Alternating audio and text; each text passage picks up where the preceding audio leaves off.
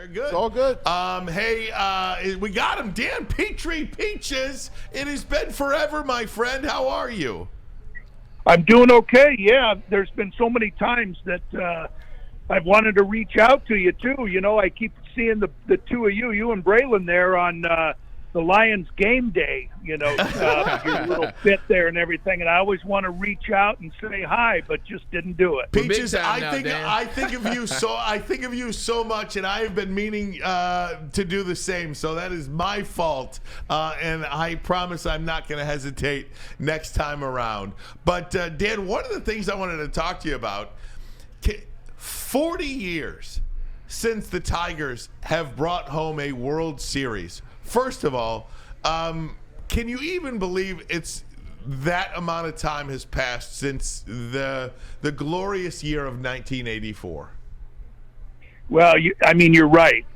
We're celebrating our 40th anniversary the end of August, which is always a great reunion, and very much looking forward to that. But you know what? It's still so fresh in my mind. You know, the big difference is I look back now and think, oh my gosh, I was 25 years old instead of 65, you know, and, you know, it's like, man, I was just a young pup and just all the things that, you know, being young and entails, and just how different everything was and all the life that has passed between then and now.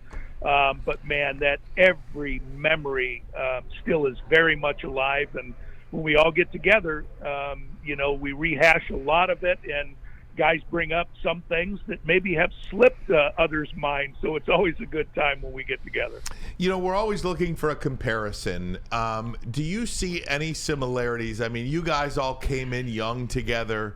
Do you see any similarities to this era of Tigers baseball where it seems like you've got some budding young stars, you've got some young pitchers on this staff? Do you see similarities between this new era that we're about to usher into with Tiger baseball and you guys when you came in the 70s and early 80s?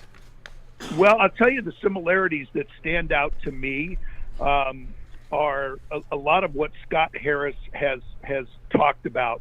You know, he wants to let the young guys develop, and he doesn't want to block the path to the major leagues by signing a free agent, a big-name free agent for several years. And then, you know, that guy down in the minors who was drafted really high has been blocked. So, I mean, I think he's asking for a little bit of patience in doing that. The other thing is I see a lot of similarities in just how close this group is. You know, they always talk about chemistry. I'm a big believer in chemistry. Jim Leland always used to say, I could care less about chemistry. Chemistry's a subject in school. He could care less. I just want good baseball players, you know. But I'm a big believer in that, and I know that this current group of Tigers, they have it. So that's a couple of things that I see. And then also just in the 84 season, if you remember right, it was a group that, you know, all came up through the minor leagues together, but there were a couple of pieces missing, you know, so they went out and they got Darrell Evans, a big bat and a big veteran. They went out and got Willie Hernandez at the right time. It ends up being Cy Young and MVP. Dave Bergman, guys like that were missing pieces that put everybody over the top. And that's kind of what I think the Tigers have done this year. Not saying they're going to win the World Series, but they surgically brought in guys, you know, from the outside that they felt that could help this young team, but also help them hopefully win and see how far it takes them.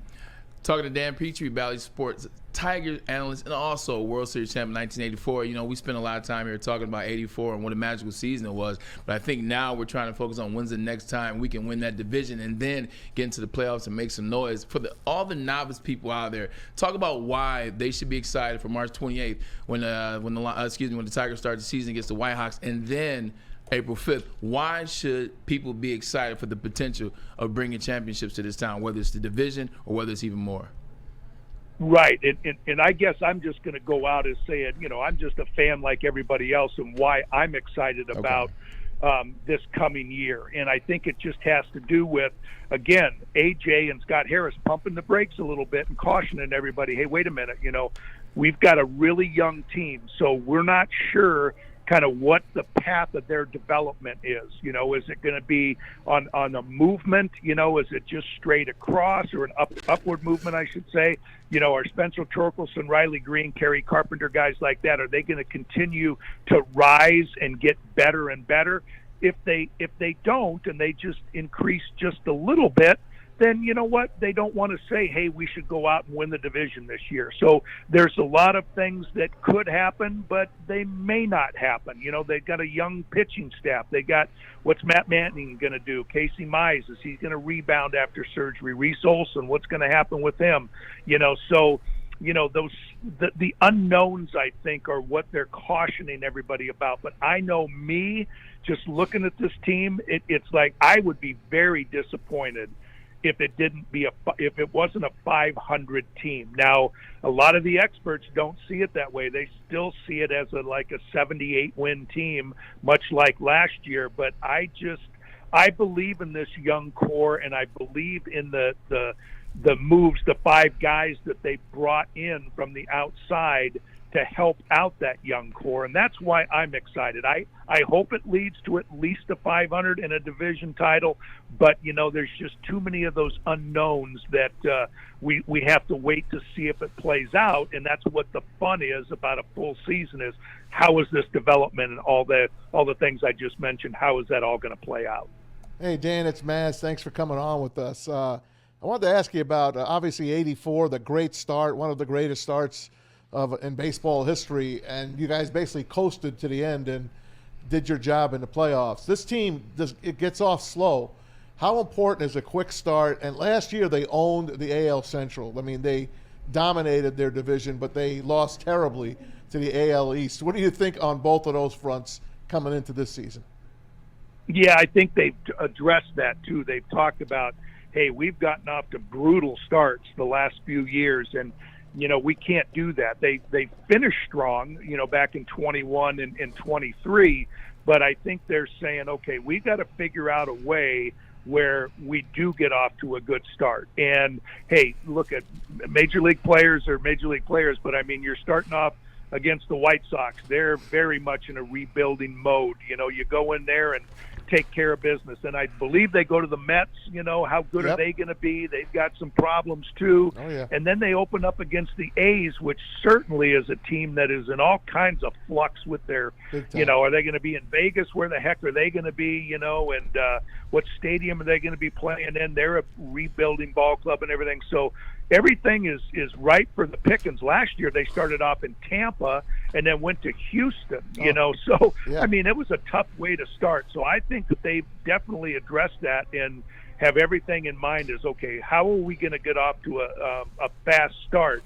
And that's a key. And you mentioned it, in 1984, you can't get off to a faster start than we did. Not at all. I mean, that was amazing. And hasn't been done since.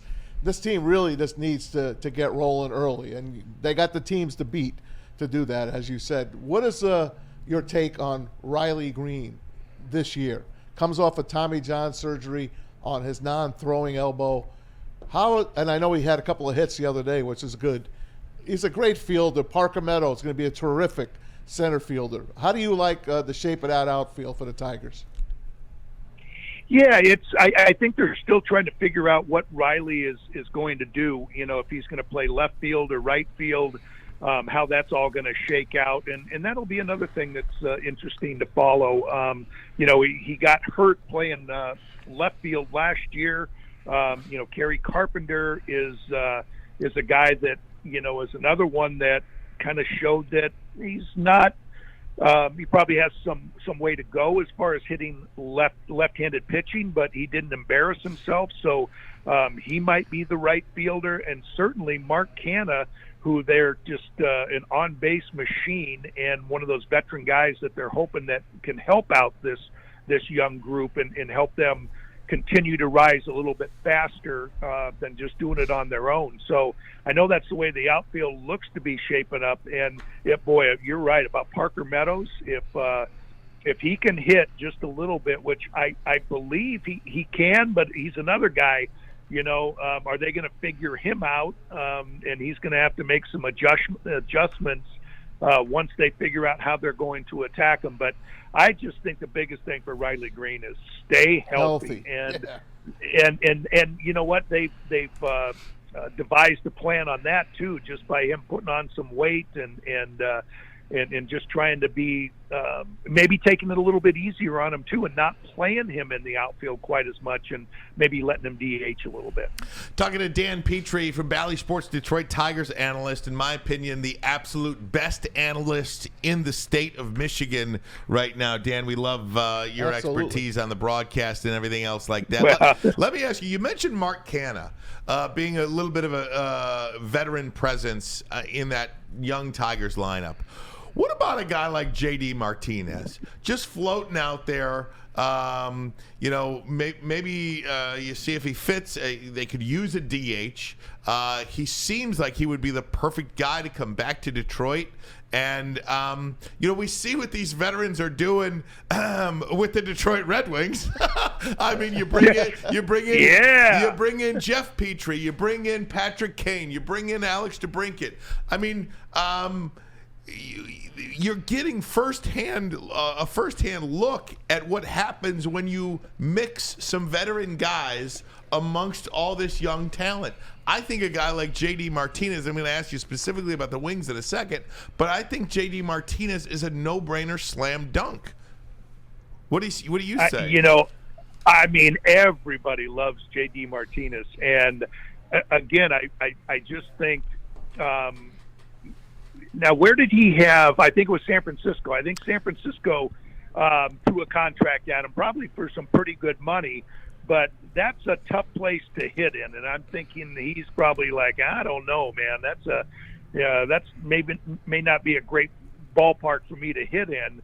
And how many at bats would J.D. Martinez take away from, let's say, Spencer Torkelson, who they want to DH a little bit more, and maybe not play so much first base? How many at-bats would he take away from a Kerry Carpenter, who they say, you know what, maybe this is a good time for him to DH and not play the outfield? Gio Urshela was a great signing at, $1.5 million. So I agree with you. Everybody loves J.D. Martinez. He's a big name, a star, could come in here and certainly do a great job. It's just, I think, again, they're looking at the big picture and saying, how many at-bats would he take away from our young guys that we want to try to develop? And I just think that's where the dilemma is in whether or not they're making the decision to sign him or not. All right, I brought up the Wings. How much fun are you having? How much fun is Jeff Petry having? It's been really, really fun. I mean, they're amazing. I mean, and like you said, it is a veteran group. You look at it, but it's just, they're so deep too. They just, I used to look at some of these teams, and say, well, wait a minute. I mean, gosh, how do they have all these players? And you got 4 lines that they keep rolling, and they've all got really, really good players, and you've got 7 strong defensemen, and look at what Grand Rapids is doing down there. I mean, they're on a 17 or 16 game point streak, and so not only is the big club doing really well, but they're stocking things up for the future too. So everything looks really, really good. I hope they can keep up with it. When Jeff was lucky enough to be traded over here, I said, yeah, that's all good that he's here and playing locally, but